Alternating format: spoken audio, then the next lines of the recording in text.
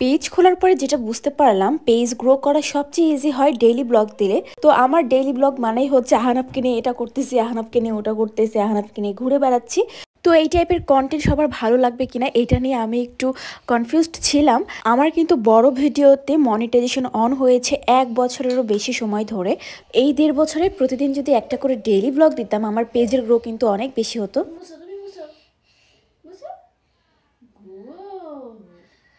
এখন থেকে এরকম ডেইলি ব্লগগুলো আপলোড করার চেষ্টা করব, সবার ভালো লাগুক বা না লাগুক। যাদের বাচ্চাদের speech delay, language delay, developmental delay বা স্পেশাল চাইল্ড আছে, তো তাদের জন্য এটা অনেক উপকারী হবে। আরেকটু না না, এটা ধরে থাকো, ঘুরে ওইদিকে, ঘুরে ওইদিকে, ঘুরে। ওকে ওকে ওকে,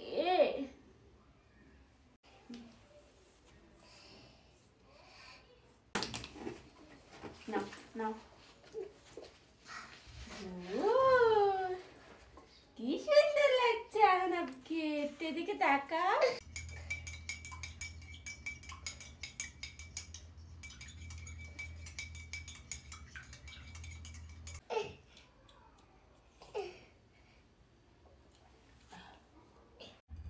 এটা কি আব্বু? কমলা?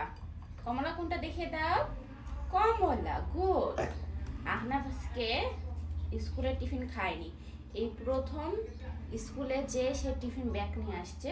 হয়তোবা কয়েকবার খেয়েছে, বেশিবার নেয় নাই। খিচুড়ি দিয়েছিলাম, আমি ভাবছি সকালবেলা ওকে খিচুড়ি খাওয়াবো, আর হচ্ছে ওর টিফিনের জন্য প্যানকেক বানিয়েছিলাম।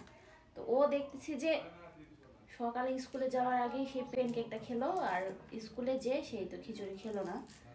একটু সর্দিও লাগছে, এই জন্য হতে পারে মুখে রুচি পাচ্ছিল না।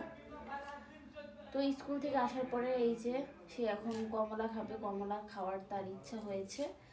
তো কমলা খাইয়ে দাইয়ে তারপরে তাকে হচ্ছে ঘুম পাড়ানো হবে, কারণ তার কালকে রাতে ঘুমটা একটু কম হয়েছে। সে ঘুমাতে ঘুমাতে অনেক লেট করেছে, আর সকালে উঠে গেছে। যখন আর কি হচ্ছে অ্যালার্ম বাজছে আমার ঘুম থেকে ওঠার, ওই টাইমে ও উঠে গেছে। আমি ভাবছিলাম যে সকালে আরেকটু হয়তো ঘুমাবে ও। ফিডিং চেয়ারটা কিনে দিয়েছিল ওর নানু।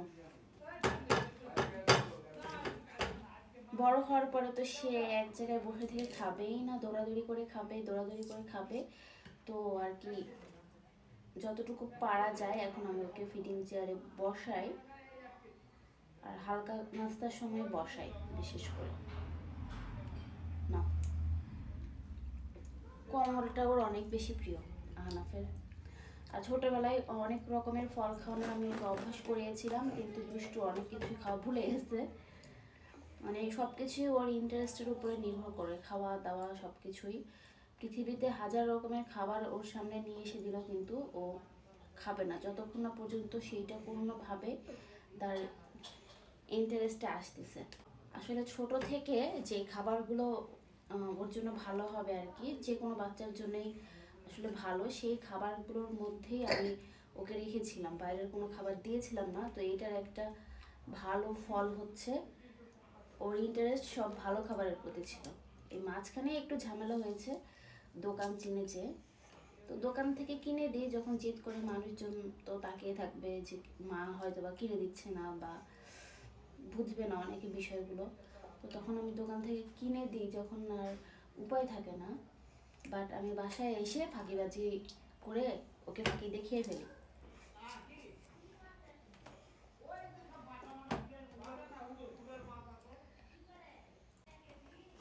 খাও। আমি থাকি দোতলাতে, এই জন্য নিচতলায় যা যা কথা হয় সব শোনা যায়, বিশেষ করে এখন শীতের দিন, এই জন্য আরো বেশি শোনা যাচ্ছে।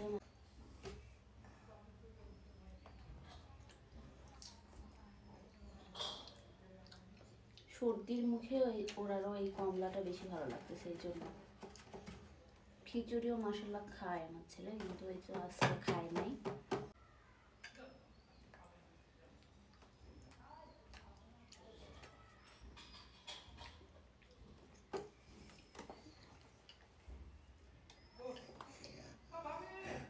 শেষ আমাদের কমলা খাওয়া, শেষ শেষ শেষ।